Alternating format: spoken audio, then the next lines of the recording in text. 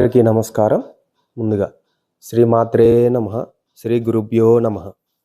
గంగాధర్ వాస్తు జ్యోతిషాలయానికి స్వాగతం అండి. మనం వాస్తులో ఈరోజు వాస్తు పదాల గురించి తెలుసుకుందాం. ఎందుకంటే క్రిందటి వీడియోలో గృహ నిర్మాణానికి ఏకాశితి పదమే ఉత్తమమైందని మనకు ఋషులు చెప్పారని చెప్పుకున్నాం కదా.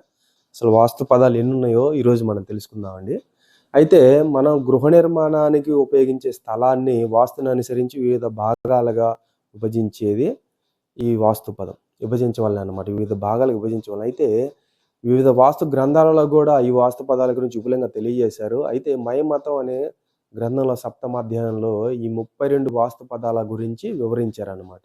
అవే ఈ 32 వాస్తు పదాలు అన్నమాట.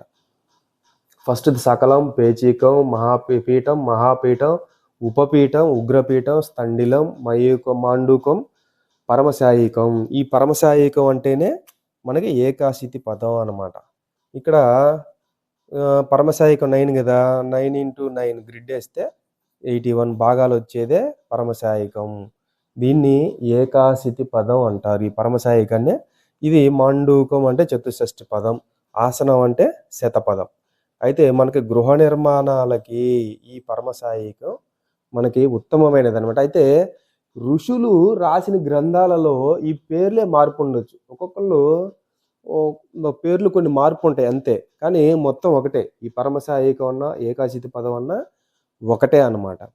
అయితే మనం గృహ నిర్మాణానికి అసలు పదం అంటే ఏంటి?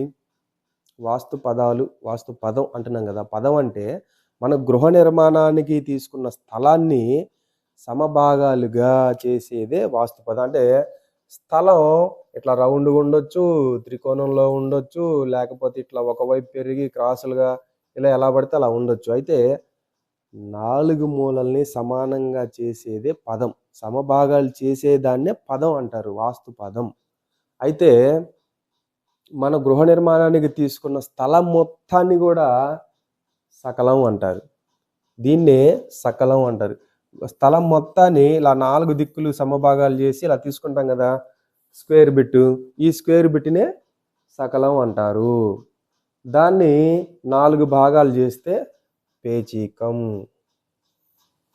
2 × 2. అట్నే దీన్ని 6 భాగాలు చేస్తే పీఠం.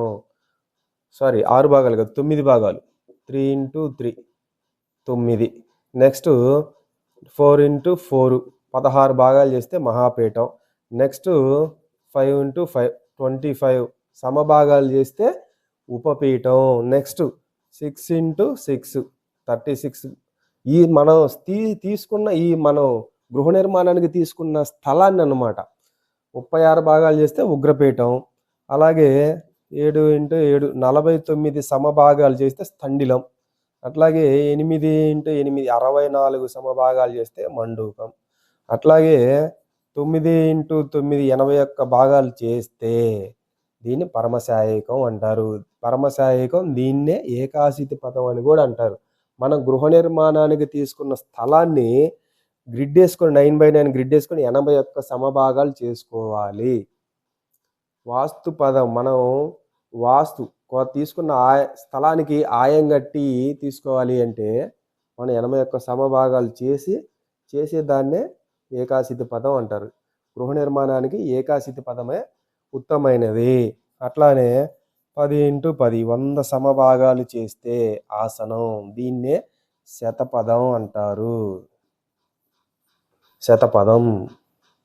అయితే వాస్తులో ఇన్ని పదాలు ఉన్నాయి, 32 వాస్తు పదాలు ఉన్నాయి. 32 వాస్తు పదాలలో కూడా మనకి గృహ నిర్మాణానికి ఏకాశితి పదం, ఈ పరమశాయికమే ఉత్తమమైనదని మనకు ఋషులు తెలియజేశారనమాట. అందుకే మన గృహ నిర్మాణానికి